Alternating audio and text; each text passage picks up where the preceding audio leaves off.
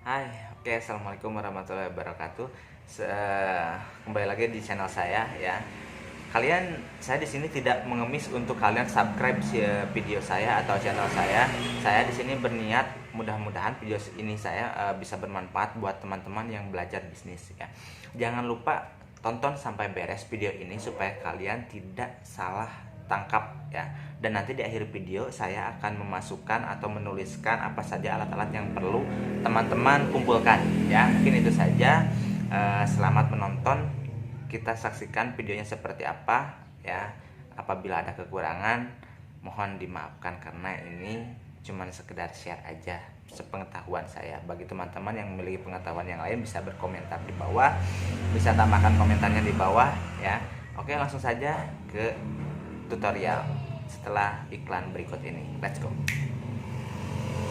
Nunggu guru selfie dulu, ganteng dikit cekrek, ganteng banyak cekrek, ganteng banget.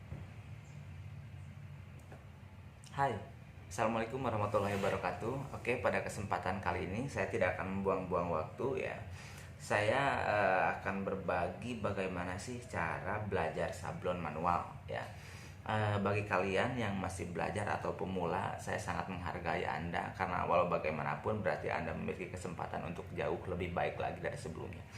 Oke, adapun yang perlu teman-teman pelajari ya untuk membuat suatu sablonan atau belajar sablon manual, ada alat-alat yang perlu teman-teman kumpulkan ya. Apa saja sih alat-alat tersebut gitu kan untuk membuat usaha di kampung halaman atau usaha kecil-kecilan ya dengan modal minim ya. Dengan modal minim teman-teman atau sobat entrepreneur bisa belajar usaha ya.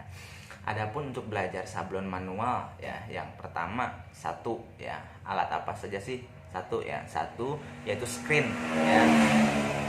Screen di sini ya, screen di sini digunakan untuk apa gitu kan? Screen di sini digunakan untuk menempelkan gambar ya, untuk menjiplak gambar ya. Screen tersebut untuk menjiplak gambar sesuai dengan pola atau gambar yang teman-teman buat ya. Itu screen ya. Screen juga ada beberapa tipe. Nah, teman-teman bisa menanyakan langsung ke toko sablon atau penjual screen karena banyak sekali tipe screen ya. Ada yang T12, T14 dan seterusnya, ada T45 dan seterusnya. Itu beda-beda fungsi dan teman-teman bisa tanyakan langsung di tempatnya ya. Yang pertama itu screen ya. Jadi teman-teman perlu ingat yang pertama yaitu screen. Kemudian yang kedua ya. Yang kedua teman-teman bisa beli yang namanya rakel. Rakel itu apa sih gitu kan ya. Rakel itu sejenis bisa itu karet ya yang berbahan dasarkan si pegangannya itu kayu, ada juga yang aluminium ya. Teman-teman bisa pilih dan rakel juga beragam varian sesuai keinginan teman-teman. Misalkan ada yang itu biasanya di toko sablon dijual dengan senti ya. Jadi teman-teman bisa beli 5 cm, 10 cm itu untuk rakel ya. Itu yang kedua, rakel ya. Rakel tersebut digunakan untuk menggesut atau untuk menempelkan gambar dari screen ke baju ya. Ingat itu. Jadi berdua tuh. Yang pertama screen, kemudian yang keduanya rakel, kemudian yang ketiganya itu hot gun ya. Apa sih itu hot gun ya? Apa sih itu hot gun? Hot gun itu hot, panas seperti ya. Jadi gun itu seperti head layer ya. Tapi bukan head layer rambut ya, bukan head layer rambut, tapi ini khusus untuk sablon, namanya hot gun. Teman-teman bisa tanyakan langsung di tempat penjualan toko sablon. Hot gunnya juga beragam ya, jadi variannya banyak sekali. Itu bisa disesuaikan dengan budget ya, dengan budget kawan-kawan atau teman-teman punya. Jadi budgetnya yang berapa hot gunnya gitu. Jadi untuk mengeringkan si sablonan tersebut teman-teman bisa menggunakan hot gun. Karena kalau misalnya teman-teman bisa nggak sih tanpa hot gun? Bisa ya. Jadi teman-teman mengeringkannya dengan cara apa? Mungkin dengan cara dijemur ya. Dengan cara dijemur itu bisa mengeringkan. Tapi dengan bantuan hot gun teman-teman bisa tidak menjemur si kain tersebut atau baju tersebut yang disablon, tapi bisa dikeringkan dalam ruangan dengan menggunakan hot gun ya. Kemudian yang ke berapa ini? Yang keempat ya. Yang keempat yaitu meja sablon ya. Jadi meja sablon di sini bukan berarti wah meja apa nih, bukan. Jadi meja sablon di sini yaitu meja tempat penyimpanan baju gitu ya. Jadi teman-teman harus memiliki si tempat buat nyimpen bajunya gitu untuk disablon ya. Dan biasanya si meja tersebut bisa digunakan menggunakan noken ya. Noken tersebut untuk apa sih gitu kan, untuk memposisikan si screen ya.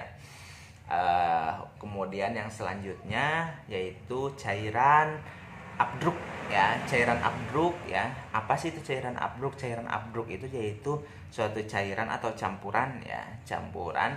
Jadi teman-teman untuk menempelkan gambar ke screen ya, di screen itu nempelnya itu di bagian cairan. Saya biasanya menggunakan Bremol ya. Saya biasanya menggunakan Bremol. Nah, untuk cairan tersebut ya, untuk cairan tersebut teman-teman bisa tanyakan langsung karena banyak sekali varian, ada Bremol, ada Diasol ya, dan sebagainya. Jadi teman-teman bisa tanyakan langsung di tempat penjualan gitu kan. Bahan untuk abdruk gitu kan, cairan untuk abdruk apa aja. Jadi nanti teman-teman bisa tanyakan langsung di tempatnya. Kemudian yang selanjutnya yaitu tinta ya. Tinta di sini untuk apa sih tinta gitu kan ya? Tinta di sini ya buat nempel, buat gambar lah ya, buat gambar sesuai dengan keinginan kalian ya. Karena tinta juga banyak sekali ragamnya, ada plastisol ya, kemudian juga ada polyplex. Di situ jenisnya sangat banyak sekali, dan yang lainnya ada rubber dan yang lainnya itu bisa. Nanti teman-teman pelajari satu persatu jenis tinta, karena dari setiap tinta itu memiliki fungsi, kelebihan dan kekurangannya masing-masing ya. Jadi untuk pelajaran selanjutnya nanti, untuk di pertemuan selanjutnya atau di part 2 atau part 3 nanti saya akan langsung praktekkan. Di sini saya akan berbagi apa aja itulah alat-alatnya yang perlu teman-teman kumpulkan. Alat-alat untuk belajar sablon manual. Dan yang ketujuh itu adalah lem meja. Jangan lupa lem meja juga harus dibeli. Karena untuk apa?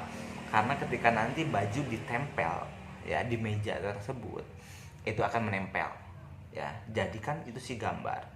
Ketika kalian punya sablon, kalau sablon cuma satu kali itu bisa ya, itu bisa. Tapi dengan catatan bahwa si sablonan tersebut akan tipis.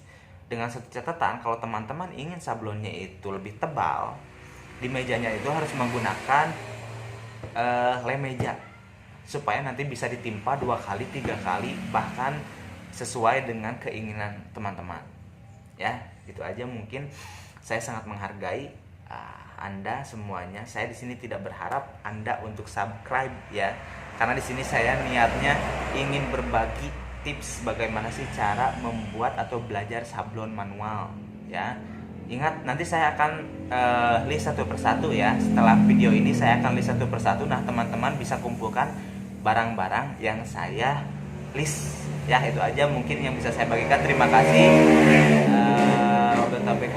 Assalamualaikum warahmatullahi wabarakatuh. Mudah-mudahan video ini bermanfaat buat teman-teman semua yang lagi belajar bisnis.